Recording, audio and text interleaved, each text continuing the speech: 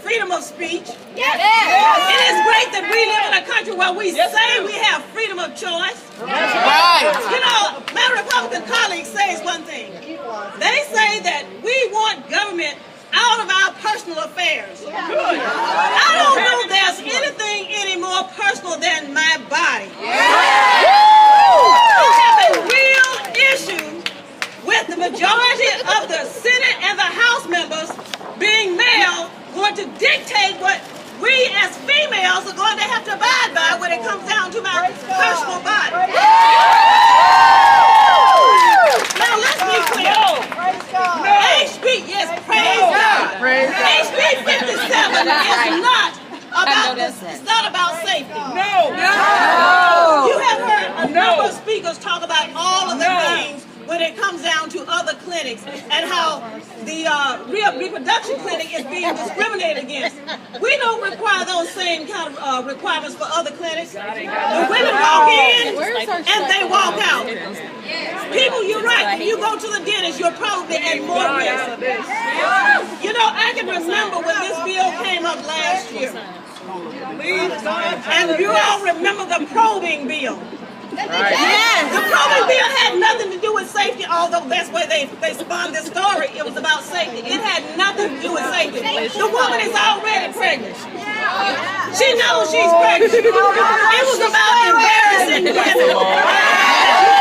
You'll change your mind. But let's face it, as someone was saying, and I'd appreciate the lady over there if you would at least have some respect. Thank you.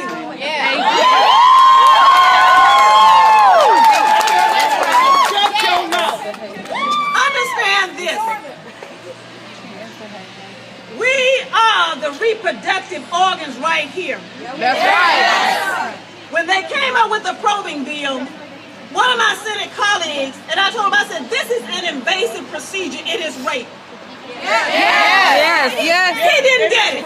He says, I don't understand. It's just a little simple procedure. My thing is, you won't get it until the plumbing around this table changes.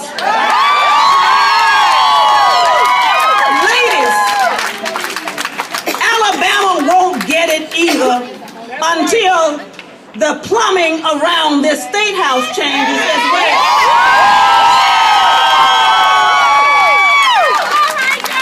Your voice is the voice at the ballot box.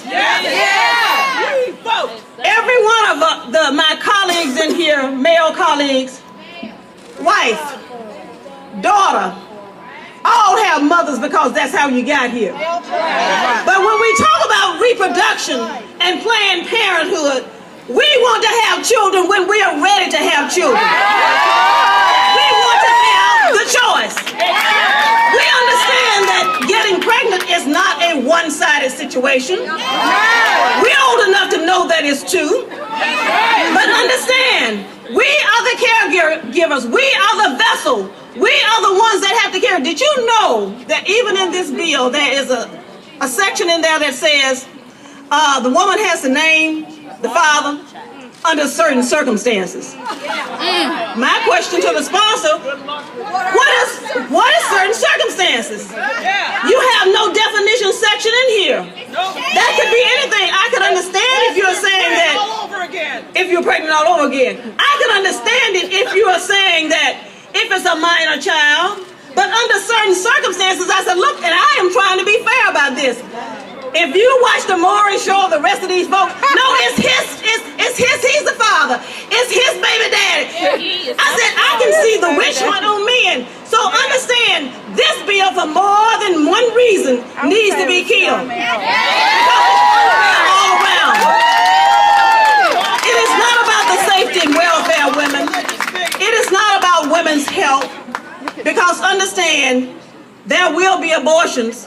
There will be abortions. But everybody remembers the old coat hanger and the bad alley. Now this is the thing that they are trying to tell people, that this is what reproductive clinics, and I prefer to use the term reproductive clinics because that's what it's about. But it's about a choice. It is about a choice. If I have a toothache with an abscess, I can sit there and let it go on, or I have a choice to go to the dentist. But women, when it's coming down to women's health, We don't have a choice, not even if it's the case of rape, incest, and a whole lot of other things that happen. Right.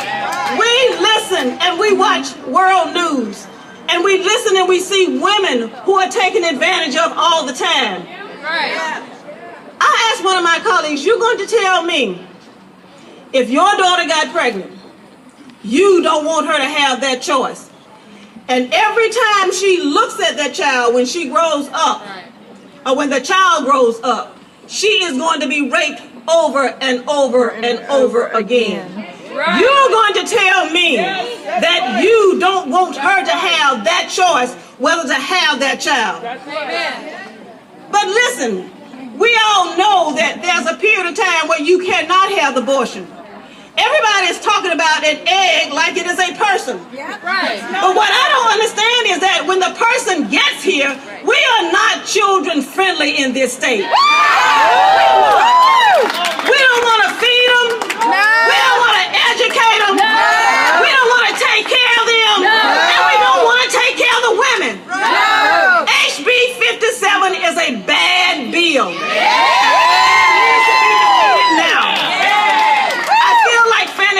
Standing here today, who said that I am just sick and tired of being sick and tired.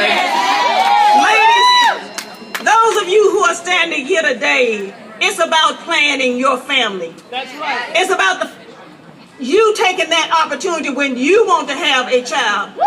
It's not about those of us who are here. It's about the generations that will come after us. It's just like those women who fought for women's suffrage and women's rights, because you know, even though everybody else had the right to vote and a whole lot of other rights, women still didn't have the rights. I am so tired of women being treated like second-hand citizens.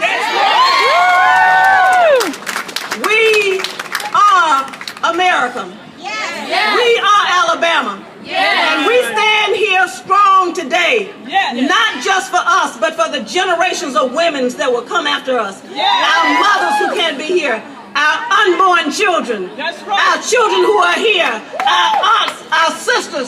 We stand strong for them because we don't want them to continue to fight the same fight that we are fighting right now. Understand, over 40 years, Roe versus Wade has already been here. We understand that abortion is legal. Alabama, it's time to move in the 21st century.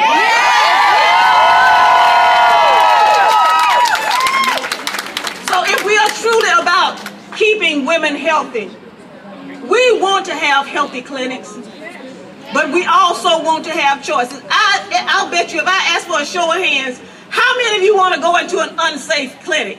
How many of you want to go into the alleys like it used to be? Nobody. No. Well, you understand, this bill is not about safety. Right. No, it's not. No. This bill is about denying access. This bill, and the reason I'm here, the bill is about your right to choose. It's about leveling the playing field for everybody. And I know the rights that we have as women have come too hard and fought for too long. I am not willing to go back to where I was. So understand, ladies, if we give in on this one, we might as well roll over and give in for everything, because your rights will be taken away from you, your daughter's rights will be taken away from you, and future generations.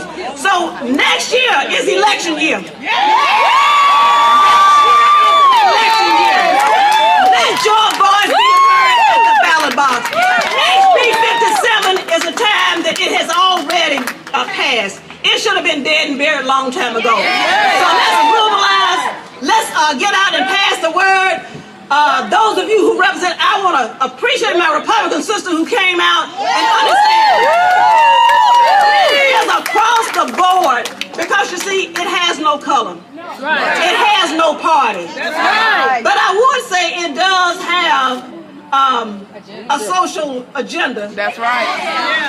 And it's about moving women back. We can't allow that to happen. At the end of the day, if HB 57 sees the light of day, then we might as well say we can roll over and forget it. But 2014 is just around the corner. They say that we will forget. No. We cannot afford to forget. No. So I ask you to stay strong, stay vigilant, contact your legislators, let them know how we feel about this bill, and educate all women about their rights. Yes. Because we have fought too hard and too long. Let's defeat HB 57.